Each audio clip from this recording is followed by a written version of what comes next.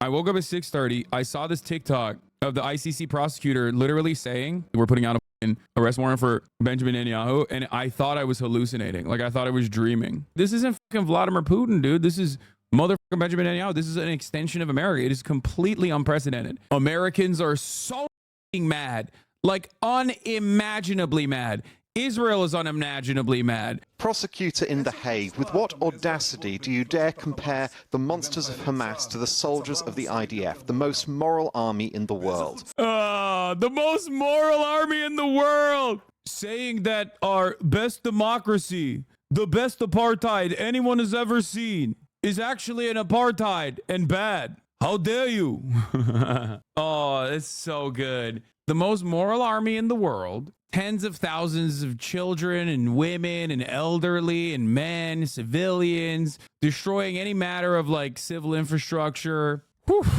It's just they were always doing it in a moral way. Who are fighting a just war that is unparalleled in morality. In a fully just and even approach to this conflict, yes, a shit ton more Israeli leaders, Israeli soldiers, Israeli generals would be prosecuted.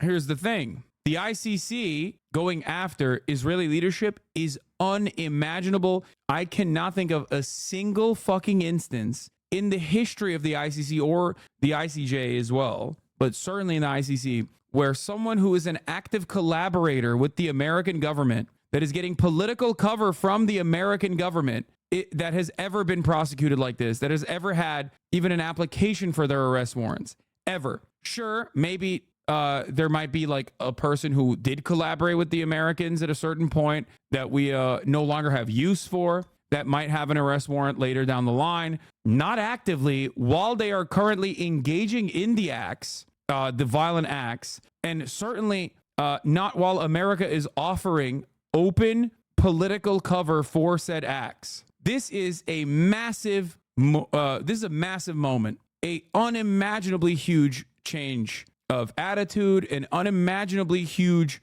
change of global politics, in my opinion. It spells that the American hegemony is in its final stage. Massively important. And not because like I think that Benjamin Netanyahu is going to go to jail or anything. I don't think that like Interpol is going to arrest him. They're going to intercept his travel and arrest him alongside like Yoav Gallant and, you know, prosecute him and then he's going to go to jail or some shit. I don't believe that at all. Not to be too much of an optics guy, but I do believe that the optics of this situation spells trouble for the American State Department. Like they have to see the writing on the wall. It will also massively impact Israel's ability to conduct diplomacy if the arrest warrants are issued, as they won't be able to travel to Rome Statute signatory nations. The U.S. isn't a signatory. However, if they are voted out, the next Israeli leadership won't likely be affected. Yeah, this is something that I brought up like on October 10. It goes back to Zionist arrogance. It goes back to Zionist entitlement, and it goes back to all of the violence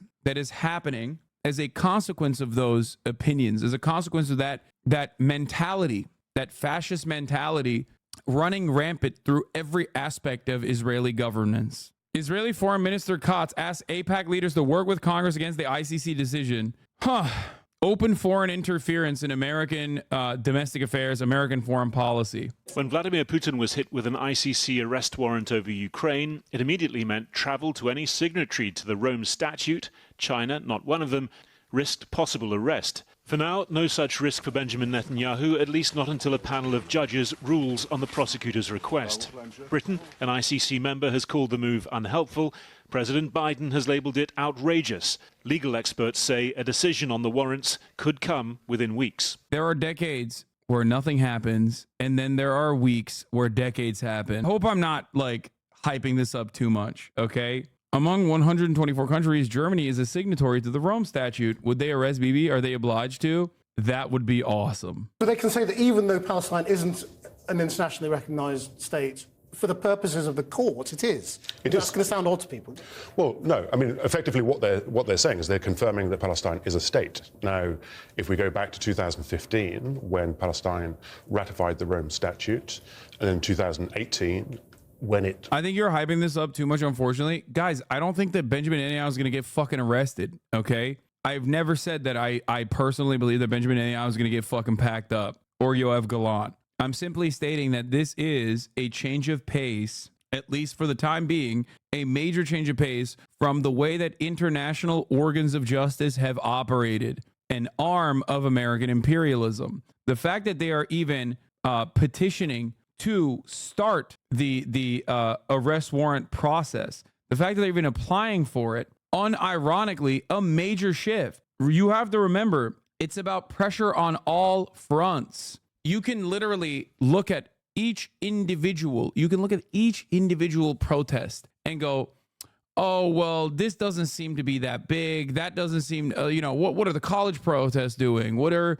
the people like blocking the roads doing? And it's like, they all play a formative role. They play a significant role in creating new vectors of pressure. It builds momentum. It galvanizes the protesters. It reminds people that, what they're doing is correct. It gives people the moral courage to go out and demonstrate. And all of those demonstrations basically lead into a buildup. The reason why, when the ICC put out an arrest warrant for Vladimir Putin due to war crimes in Bucha specifically, and also his unjustifiable invasion of Ukraine, the reason why we did not, I didn't think of it as anything super significant, was because he is already outside of the sphere of influence of America. He is already a foreign adversary. A correct decision from the ICC, mind you, but that doesn't really matter. That is inconsequential, because that is just the court operating alongside American interests.